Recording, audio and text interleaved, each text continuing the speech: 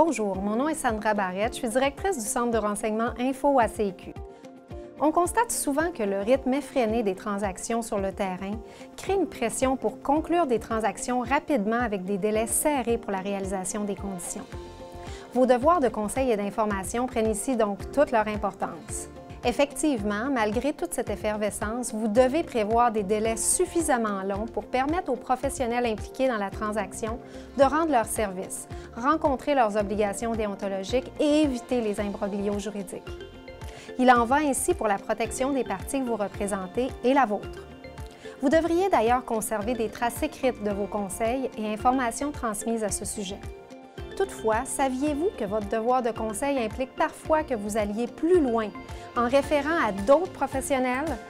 En effet, en vertu de vos obligations déontologiques et lorsque la protection des intérêts d'une des parties à la transaction l'exige, vous devez lui recommander d'avoir recours à un expert reconnu, comme un avocat, un notaire, un arpenteur géomètre ou tout autre professionnel requis selon la situation. Au même titre, bénéficier des conseils d'un collègue ayant une expertise particulière augmente votre propre professionnalisme. Par exemple, il vous faudra référer à un expert dans des transactions impliquant notamment un vendeur ou un acheteur non résident pour que les parties soient bien au fait de leurs responsabilités au niveau légal et fiscal, comme celles relatives à la protection de certificats de conformité. Encore aussi dans le cas d'une tutelle ou d'une curatelle, pour déterminer par exemple les pouvoirs qui sont conférés au tuteur ou au curateur relativement aux biens immobiliers en cause. Ça peut être aussi dans le cadre d'une succession ou encore d'une non-conformité à un certificat de localisation. Prenons maintenant quelques exemples un peu plus concrets. Dans des secteurs de villégiature, il peut arriver qu'un vendeur prétende détenir un droit de passage. À titre de courtier, vous devez procéder à des vérifications rigoureuses avant de confirmer un accès au lac ou tout autre droit créé par une servitude. Vous devez valider l'existence et la nature de la servitude au registre foncier et vous assurer que le propriétaire a utilisé son droit au cours des 10 dernières années ou que son droit ne s'est pas éteint. Vous devez conserver la documentation à cet effet à votre dossier. Comme vous le savez, vous avez l'obligation de transmettre au public des informations qui sont exactes et vérifiées. Mais attention, il peut s'agir là d'une situation où vous devez aussi recommander aux parties de faire appel à un juriste pour la protection de leurs intérêts.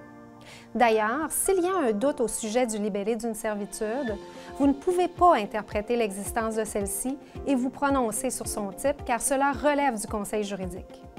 Par ailleurs, une autre illustration où vous devriez recommander aux parties de faire appel à un expert est celle où des tests plus poussés étaient requis, suivant une problématique relevée au formulaire de déclaration du vendeur sur l'immeuble. Suivant la divulgation de présence de moisissures ou d'une inondation, par exemple, vous devriez recommander aux parties de faire appel à un spécialiste qui utiliserait des outils d'analyse spécifiques et proposerait des solutions concrètes. Enfin, une autre situation pourrait être celle où un courtier est appelé à agir comme intermédiaire pour la vente ou l'achat d'une entreprise impliquant un immeuble.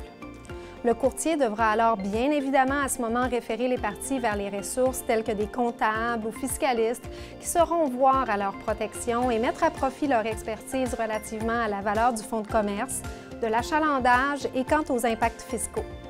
Rappelez-vous d'ailleurs qu'un courtier doit en tout temps, dans l'exercice de ses activités, tenir compte de ses aptitudes, des limites de ses connaissances et des moyens dont il dispose. Il ne doit pas agir hors de son champ de compétences, sans obtenir l'aide nécessaire, que ce soit un expert ou un collègue possédant l'expertise recherchée. Bref, n'hésitez pas à faire appel à votre réseau lorsque requis. Votre rigueur et votre rôle de conseil demeureront une plus-value à offrir à votre clientèle. Merci beaucoup et à la prochaine!